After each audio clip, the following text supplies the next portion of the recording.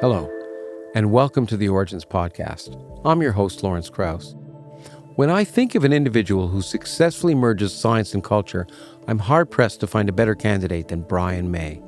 He's, of course, the lead guitarist of the legendary rock band Queen and one of the greatest guitarists in the world, but he also holds a PhD in astrophysics and was on the science team for the New Horizons mission to Pluto. Having had the opportunity to have a conversation with New Horizons team leader Alan Stern, I asked Brian to take time out for a brief conversation as well. I wanted to talk about his thoughts about the mission, but I also wanted to go back in time and talk to Brian about what caused him to choose between fields and how he's navigated that choice. I knew that Brian famously built his guitar with his father, and I wanted to talk about how his tinkering as a young man with the electronics of guitars may have spurred his interest in science, or vice versa. I also knew of his other interests in science fiction and the science behind stereoscopes, about which he's written several books. The conversation was especially warm and enlightening, and I hope it will be of interest not just for Brian May and Queen fans, but more generally will provide new and exciting insights for all fans of science and culture. Patreon subscribers can find the full video of this program and all our programs immediately upon their release at patreon.com/originspodcast. I hope you enjoyed the show.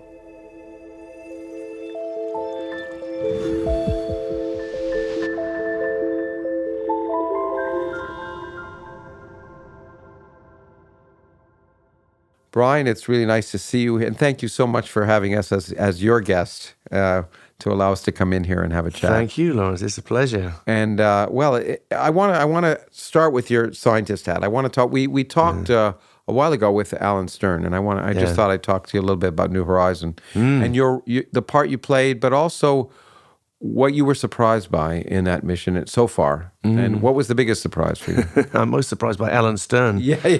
He's a phenomenon in himself. Yeah, absolutely. My God, the man's amazing. I don't think he sleeps, and his brain is so quick and so agile. And also, I think what people don't realize is a position like that as leader of a mission like that needs incredible people skills, and he has that management skills. He just has that knack of getting the best out of everybody without ever being, kind of pushy or impatient or whatever. He just gets 300% out of everybody. Amazing. Well, people don't realize that science is generally big science, and most some big scientific experiments require management skills as much as scientific skills. And also so long, because from the time of inception of a mission like that to the time where you actually take the first picture of, in this case, Pluto, and you got to keep people motivated. When did you sort of begin to get involved in it? How long have you been associated with it? It's gradual, really. I was kind of on the outside looking in, fascinated, because I keep an eye from a distance on all this stuff. And I have a great collaborator called Claudia Manzoni, who helps to keep me fed with all this information. She's great because I don't always have time to look at everything. Yeah. So she's my channel, really, and she works with me on the stereoscopic stuff. So I was very aware of the missions, but the funny thing is, Alan and I were talking about it. We can't remember how the first contact actually happened. I think it was through a mutual friend. We got talking, and he said, you'd be welcome to come out and be with us when we actually do this flyby of Pluto. So I jumped at that chance. I jumped a little nervously because, it's a little out of my...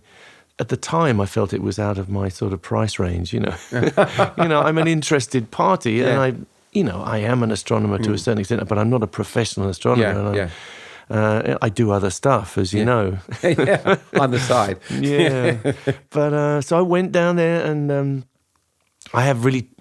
The major interest that I have is this stereoscopic side of everything. I have this passion for 3D stereoscopy of all kinds. It's and of nice course, to be surrounded by it here. Here we have around us all sorts of stereoscopy, starting from about 1838 onwards. And of course, stereoscopy was huge in the 1850s, which is the great boom. And that's kind of where my heart is. But I apply everything that I learned from the 1850s to astrophotography. So you just, all the time, you think there's nothing new under the sun since Charles Wheatstone, who discovered the principle. So all you need is a baseline. And in astronomy, and especially with all these probes that go out and get close to objects, you can normally get what you need to take an amazing stereoscopic picture of something. We have one of your books here, but and I know a bunch of 3D books. Have you produced a 3D book of astronomy, of astronomical images? Well, Mission Moon 3D is all about the Apollo 11, the Apollo missions, and the whole space race, about the Russians too. So that's the closest we've come to an actual astronomy book. I haven't seen any 3D pictures of Pluto yet. There is one. Yeah, I was able to get it. Wow. That was my great scoop. I happened to be in the right place at the right time. And you haven't seen that? Okay, no. Well, I'll show you. But yeah, you just need a baseline, and this probe is flying thousands of miles an hour past this object called Pluto, which until now has been a white dot in the distance. And what you get is a picture from this point, and then it moves on. You get a picture from the next point, and so you have your baseline. It's how far a baseline? Do you know? How far? It would be tens of thousands of miles. Quite a bit, but it's a few thousand miles away. Yeah, sure. Tens of thousands miles away. And the speed it's going, you have to snap those pictures relatively quickly. Which is what they do. Yeah. I mean, it's a kind of nail-biting thing that New Horizons does, because in most of these missions, it's very different from most of the NASA missions, which go around things. Like the Rosetta mission, they go there, they get into a position next to it, and they more or less orbit these objects.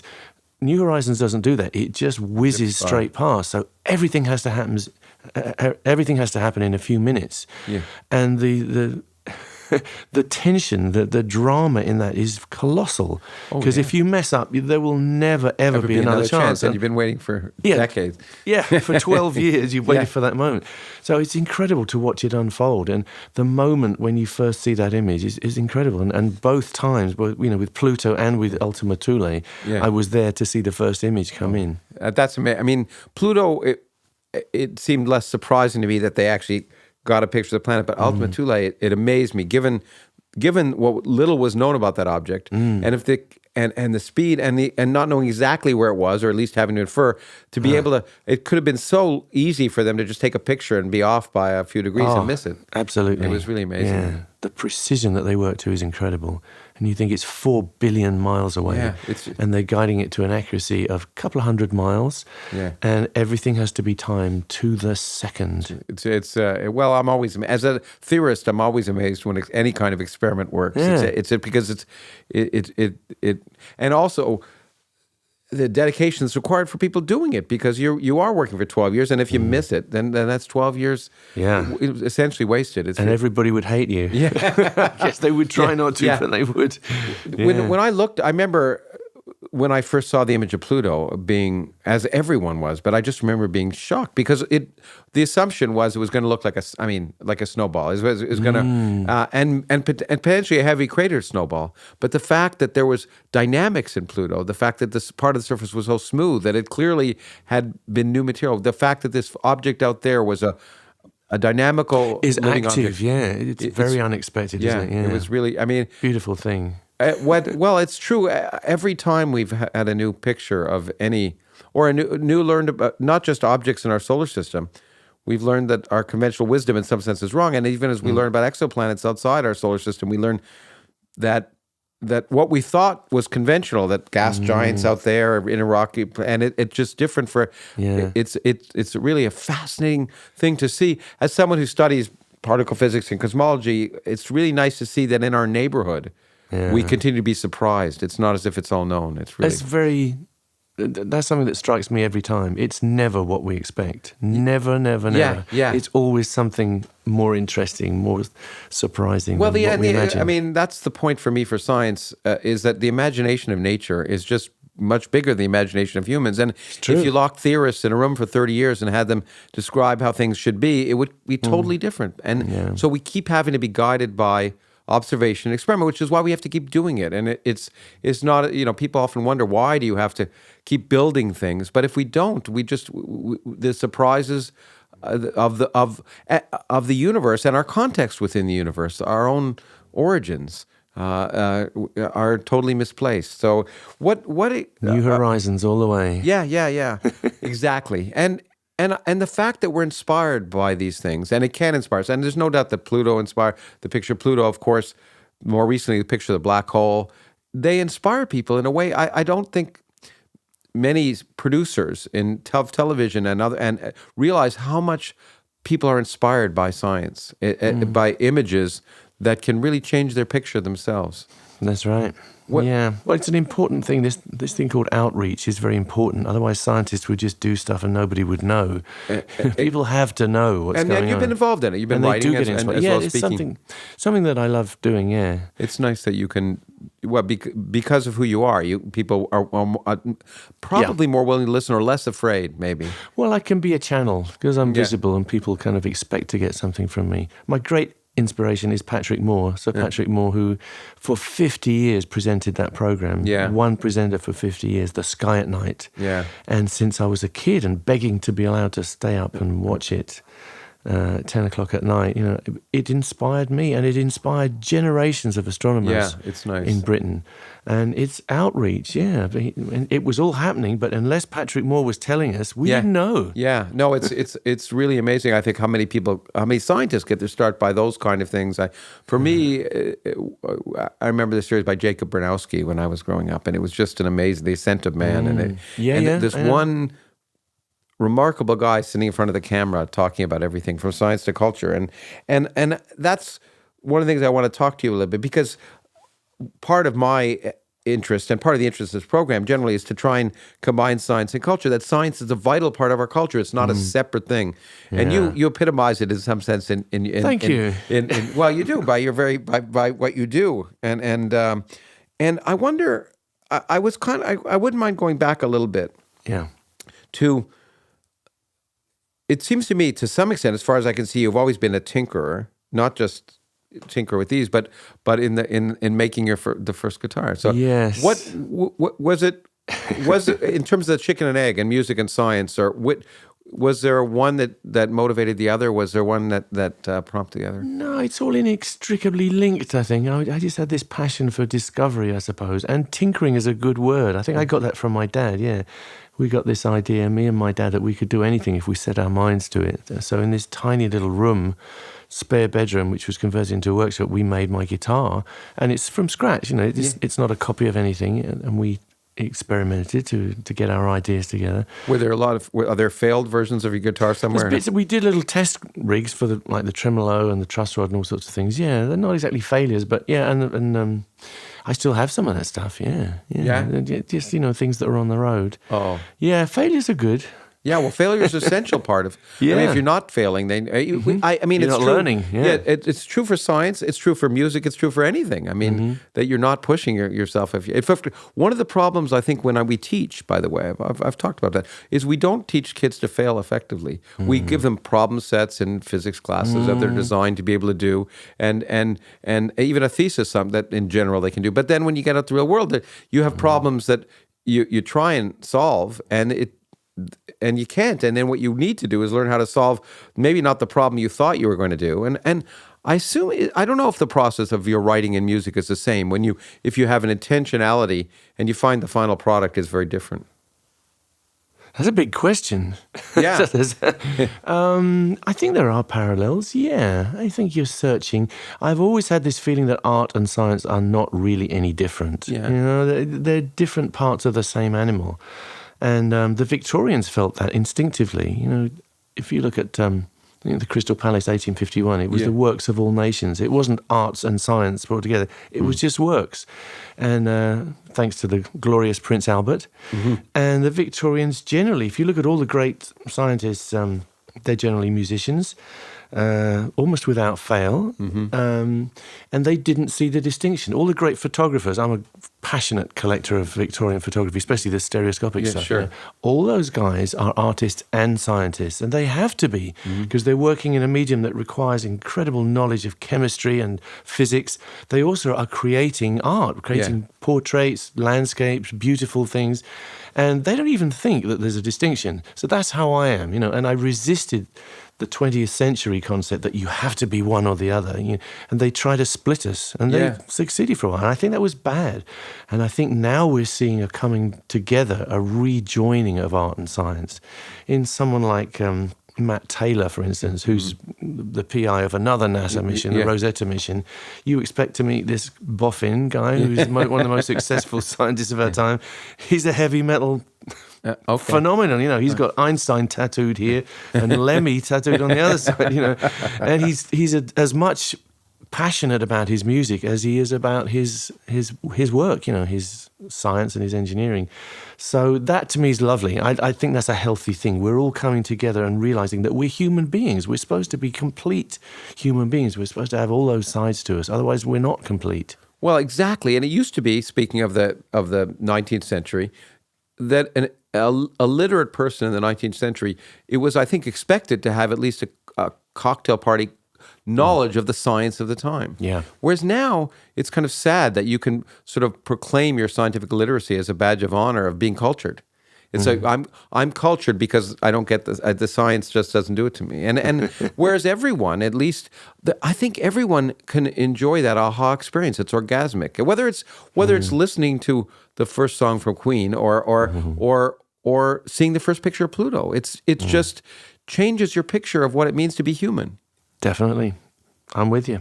And but there is one thing that interests me in that regard, and you're one of the only people I can talk to about this, because you have spanned it for a while. I guess you had to separate, right? I mean, you left astronomy to do music. I did. I always thought astronomy benefited from me leaving. Yeah. But yes, I did. But you came back, and was it hard to come back? Was it hard? Well, I was never that far away. Yeah. Okay. You always sort of academically, it was hard. Yes, it was. It was tough, and it was a mountain that I nearly didn't manage to climb. To be honest, I was fortunate in having Michael Rowan Robinson, who was the head of astrophysics at the time, about to retire. I was one of his last projects. Oh, really? Yeah, but he rang me up when he'd heard that I was thinking of rejoining this astronomical community, which had become astrophysics. Yeah, and said, if you want to finish your PhD, I am here at the place where you started it, and I will be your supervisor. Oh, that was wonderful. So it was incredible. I mean, my heart kind of stopped, really, and I dropped everything. I dropped for a year. I didn't do anything pretty much except just sit in a little office in Imperial College, back where I'd started. Yeah. Picking up the pieces of my PhD. It was tough. Yeah, it was really bad. Yeah, and they had to, they couldn't make it easy for me because that's not what PhDs are about. Yeah. PhDs are about making it fucking hard for the person. Yeah, it's supposed to be happy to get it over with. Every PhD student has to want to give up or else he hasn't I almost earned his, you know what that's like. Well, I think, because if you didn't, you might be too comfortable being a PhD student. Yeah, exactly. Yeah. So it was hard, and I think 3 distinct times I tried to give up, but I had good friends. One of them was Garrick Israelian, who runs Starmus. Yeah. He took me away for a week and taught me how to read papers. Again? Scientific papers. He re-educated me on how to actually get the information out. And that was incredibly valuable to me. And Patrick Moore was incredibly supported. He just kept saying, "You can do it, Brian. Of course you can do it. Of course you can." I went, "Patrick, I can't. My brain's gone. I've been playing music for 30 years. I can't do this." "Of course you can." And my wife was very supportive. She was great. She was just like, you chose to do this. You're going to do it. You can do it. That's great. She didn't say, "You're going back to be a student? How will we survive?" No, we were all right. I think you're all right. Yeah, the breadwinner was going back to school. Yeah. Well, she's a breadwinner too, that's the thing. Yeah. Well, but what I was going to ask you is, what disappoints me about people, their approach to science often is the notion that to appreciate science, you have to be a scientist. No one says to appreciate Queen, you have to be a musician, or to appreciate art, you have to be Picasso, or literature, you have to be Shakespeare. I mean, you could, everyone can appreciate those things, but somehow the notion is, well, you really have to be a scientist to appreciate science, when in fact, of course, we are all scientists. But it's interesting that now I think the hurdle partly is this sense that mathematics is involved in science, and somehow there's a hurdle that people need to get. But of course, and mathematics is beautiful in its own right, of course. I think I would blame some of the communicators of the 20th century who kind of wanted to mystify it, you know, to make it seem like they were very clever and they understood it and we really didn't. Yeah. I think that still persists a little bit, but we're coming out of that, I think, And pictures really help. You know, everyone can. Instagram is great. You know, you put a picture up of that black hole on Instagram. It was enormous. One of the biggest things that ever happened. Yeah, I mean, I put one up. We don't understand black holes. I don't understand black holes, really, honestly. I don't. But I look at it and I feel like I'm connected to it. I have some kind of understanding that this is happening out there and we're discovering. And I'm excited. Everyone was excited about that. Yeah, it was amazing to me. I got, of course, lots of calls and letters and at the time asking me about it. It was, and of course, and I actually worked on black holes theoretically, and you know, it not as if it changed our picture, but just seeing it and for me, it was a triumph of human ingenuity. I mean, the notion that we could actually combine 8 telescopes around the world and interferometrically take such and it worked. I mean, it would have been interesting if the picture hadn't looked at all like we expected either. That would have been, in fact, for many scientists, would have been more interesting, right? To see it be, like Pluto look different than would have expected. But it looks a little asymmetrical, doesn't it? Yeah. Well, I think it does look asymmetrical, although some people argue because the spinning of it that you'd see one side a little different than the other. I wonder. Yeah. But it's but being connected, it's pictures. You're right, and I want to ask you another question because I wouldn't mind talking a little bit about your impressions of, say, manned versus unmanned or human versus unhuman space travel. When I see pictures from the rovers, I almost feel like I'm on Mars more than if a man was on Mars or totally. a human. I'm with you, I felt that about the Pluto mission. You know, every time I'm sitting in that control room, I feel like I am in that probe approaching this object. Because the camera's part of the probe. It's not separate from the probe. It's an integral part of it. Yeah. And so I think the notion that we stuck to this planet can be at the same time able to experience Pluto, black holes, or you know, and the pictures from the earliest history of the universe are inspiring because they change our view of ourselves, which is what the purpose of art is too, I think. I mean, right? Absolutely. It's to reflect your view of yourselves. Yeah, absolutely. We have that ability as a species to be able to look inwards. And part of looking inwards is looking outwards and understanding and relating to what is inside us, Well, you know, one thing that interested me about you, given that seemed to me that you're a tinkerer, this is patented, right? It's your I'm an inventor. I love it. I sit in my little workshop and I fiddle around and make stuff. Now, but I wonder, that's what surprised me because if I understand your astronomical work, it's theoretical, right?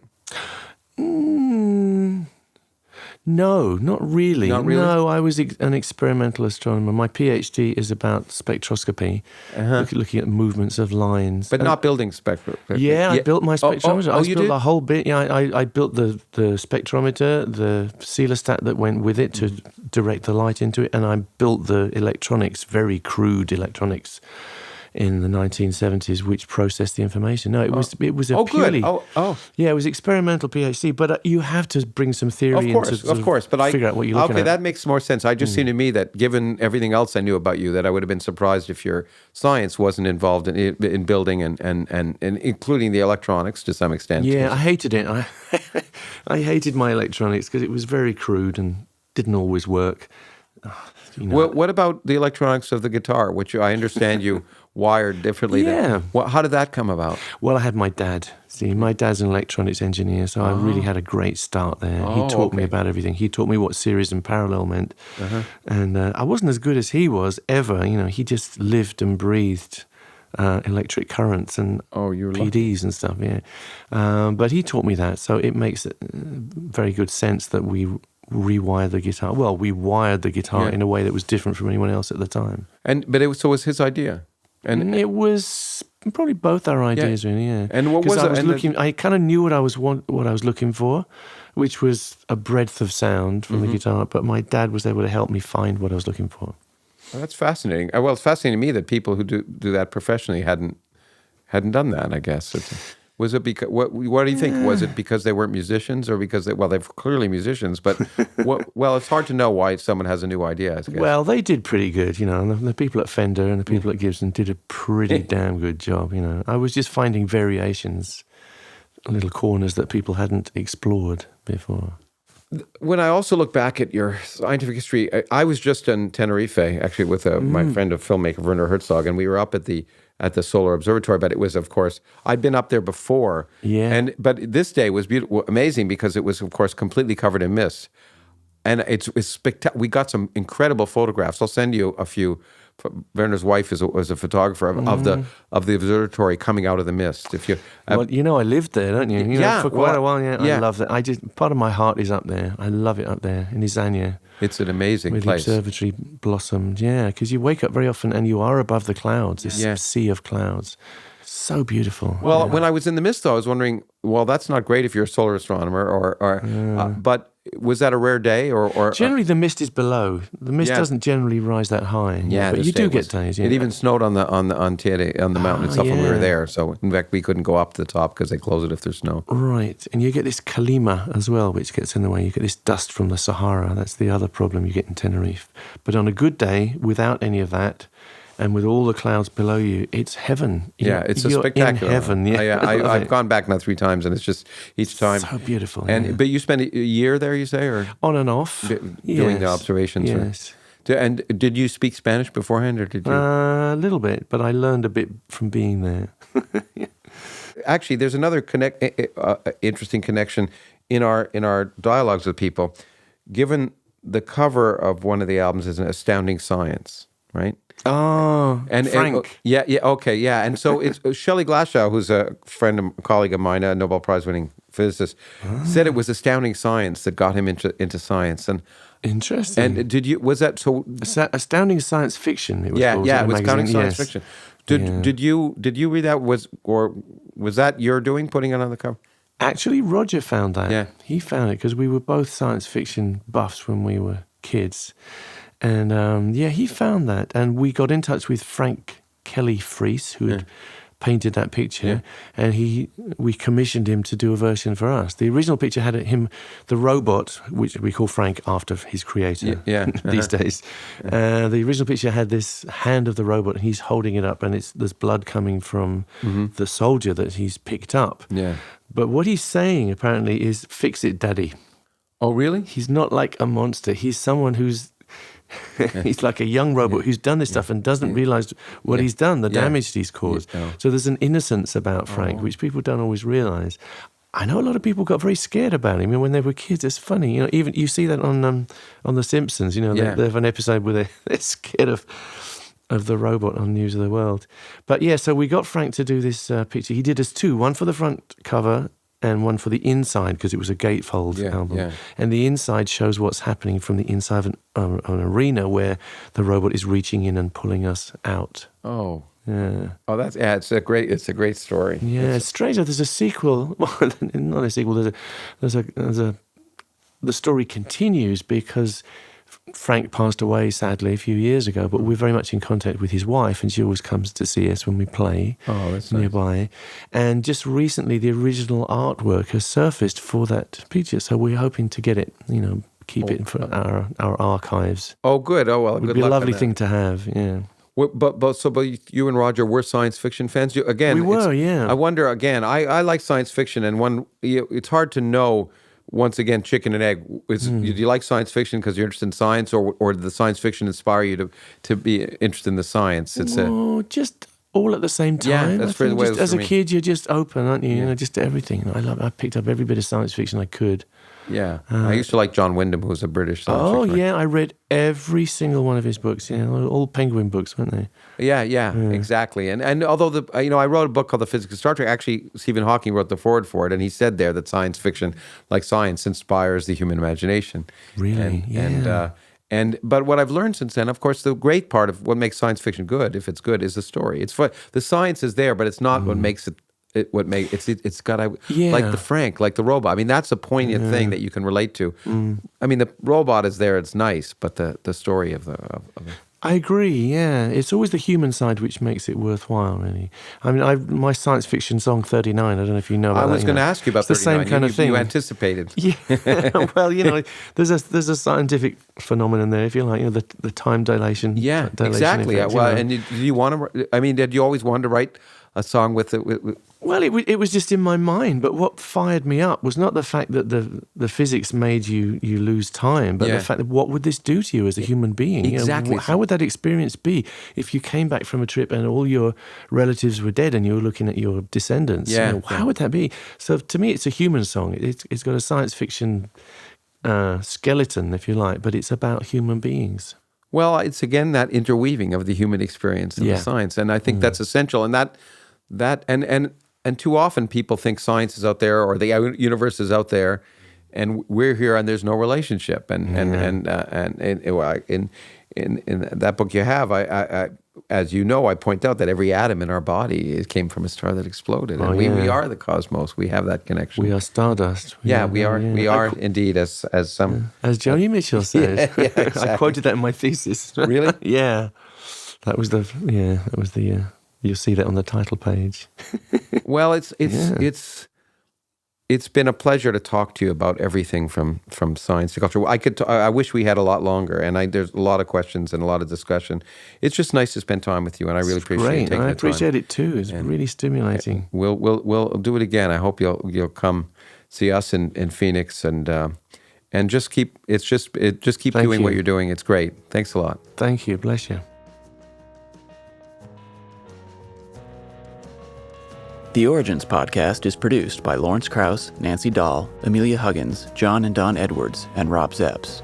Directed and edited by Gus and Luke Holwerda. Audio by Thomas Amison. Web design by Redmond Media Lab. Animation by Tomahawk Visual Effects. And music by Rickolas. To see the full video of this podcast, as well as other bonus content, visit us at patreon.com/originspodcast.